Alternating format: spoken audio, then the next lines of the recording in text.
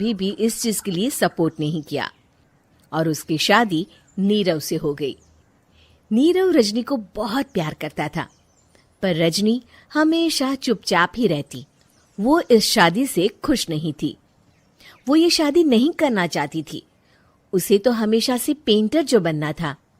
अपने इस सपने को वो नहीं पूरा कर पाई, इसलिए वो हमेशा उदास रहती थी। रजनी, बहुत ही बढ़िया फिल्म लगी है, कल देखने चले? नहीं जी, कल मुझे बहुत काम है, मैं नहीं जा पाऊंगी। अच्छा तो कोई बात नहीं, संडे को चलते हैं।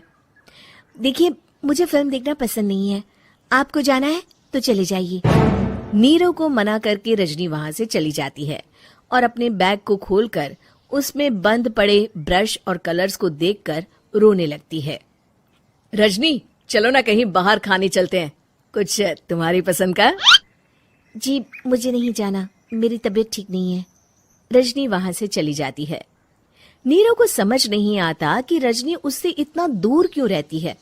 वो जब भी उसके साथ वक्त बिताना चाहता है, रजनी कोई ना कोई बहाना बना देती है। एक दिन घर पर कोई नहीं था। रजनी घर का सारा काम जल्दी से खत्म कर लेती है। घर पर अकेले होने के कारण वो सोचती है कि वो आज पेंटिंग करेगी। वो अपने कमरे में जाकर पेंट ब्रशेस और कलर्स निकालकर जैसे ही कलर मिक्स कर रही होती है कि दरवाजे पर बेल बज जाती है। अब कौन आ गया इस वक्त? इतनी मुश्किल से तो मुझे पेंट करने का मौका मिला है। रजनी दरवाजा खोलती है तो उसकी सास अपनी सहेलियों के साथ खड़ी होती है और सब घर के अंदर आ जाते हैं। अरे बहू, सबको शरबत बनाकर पिला दे, बाहर तो बड़ी गर्मी है। उफ। जी। रजनी पेंट ना कर पाने से उदास हो जाती है। उसे गुस्सा भी आ रहा होता है कि उसने इस शादी के लिए हाँ क्यों कह दी। वो रसोई में जा रही होती है कि उसकी सास उसे रोकती है। बहू, सब बनना था। अपने इस सपने को वो नहीं पूरा कर पाई, इसलिए वो हमेशा उदास रहती थी। रजनी, बहुत ही बढ़िया फिल्म लगी है, कल देखने चले? नहीं जी, कल मुझे बहुत काम है, मैं नहीं जा पाऊंगी। अच्छा तो कोई बात नहीं, संडे को चलते हैं। देखिए, मुझे फिल्म देखना पसंद नहीं है। आपको जाना है तो चले जाइए। नीरव को मना करके रजनी वहां से चली जाती है और अपने बैग को खोलकर उसमें बंद पड़े ब्रश और कलर्स को देखकर रोने लगती है। रजनी, चलो ना कहीं बाहर खाने चलते हैं, कुछ तुम्हारी पसंद का। जी, मुझे नहीं जाना, मेरी तबीयत ठीक नहीं है। रजनी वहां से चली जाती है। नीरव को समझ नहीं आता कि रजनी उससे इतना दूर क्यों रहती है। वो जब भी उसके साथ वक्त बिताना चाहता है, रजनी कोई ना कोई बहाना बना देती है। एक दिन घर पर कोई नहीं था। रजनी घर का सारा काम जल्दी से खत्म कर लेती है। घर पर अकेले होने के कारण वो सोचती है कि वो आज पेंटिंग करेगी। वो अपने कमरे में जाकर पेंट ब्रशेस और कलर्स निकालकर जैसे ही कलर मिक्स कर रही होती है कि दरवाजे पर बेल बज जाती है। अब कौन आ गया इस वक्त? इतनी मुश्किल से तो मुझे पेंट करने का मौका मिला है। रजनी दरवाजा खोलती है तो उसकी सास अपनी सहेलियों के साथ खड़ी होती है और सब घर के अंदर आ जाते हैं। अरे बहू, सबको शरबत बनाकर पिला दे, बाहर तो बड़ी गर्मी है। उफ। जी। रजनी पेंट ना कर पाने से उदास हो जाती है।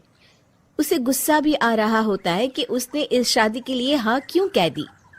वो रसोई में जा रही होती है कि उसकी सास उसे रोकती है। बहू, सबके खाने का भी इंतजाम कर लेना, आज का लंच तो ये सब यहीं करेगी। हाँ। रजनी बिना कुछ कहे रसोई में चली जाती है। सबके लिए खाना बनाती है। सब खाना खाते हैं और रजनी घड़ी देखती है कि ये सब कब जाएंगे ताकि वो अपनी पेंटिंग कर सके।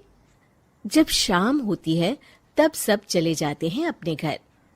अरे बहू, सब तेरे खाने की तो बहुत तारीफ कर रहे थे, सबको बहुत अच्छा लगा खाना। आपको मुझे सुबह बताना चाहिए था ना कि आपकी सहेलियां आ रही हैं। पता भी है कितना वक्त लगा सारा खाना बनाने में। अरे बहू, तू ऐसे कैसे बात कर रही है मुझसे? तो और कैसे बात करूं? मैं इस घर की कोई नौकरानी नहीं हूं कि इतना काम करूंगी। रजनी अपने कमरे में जाकर दरवाजा बंद कर लेती है। शाम को जब नीरव आता है तो उसकी माँ उसे पूरी घटना के बारे में बताती है। क्या? रजनी ने आपसे इस तरह बात की माँ? हाँ, और पता नहीं उसे क्या हो गया है, शाम से बाहर भी नहीं आई है। मैंने तो कई बार आवाज दी, खाना भी नहीं खाया उसने। तू ही बात करके देख ले बेटा। नीरव अपने कमरे का दरवाजा खटखटाता है। रजनी, दरवाजा खोलो, मैं हूं। रजनी दरवाजा खोलती है और फिर वापस जाकर अपने बिस्तर पर लेट जाती है। रजनी, मां से बात करने का ये क्या तरीका है? मैंने कोई गलत बात नहीं की है। अरे तुम क्यों ऐसे बर्ताव कर रही हो सबके साथ? क्या तुम इस शादी से खुश नहीं हो?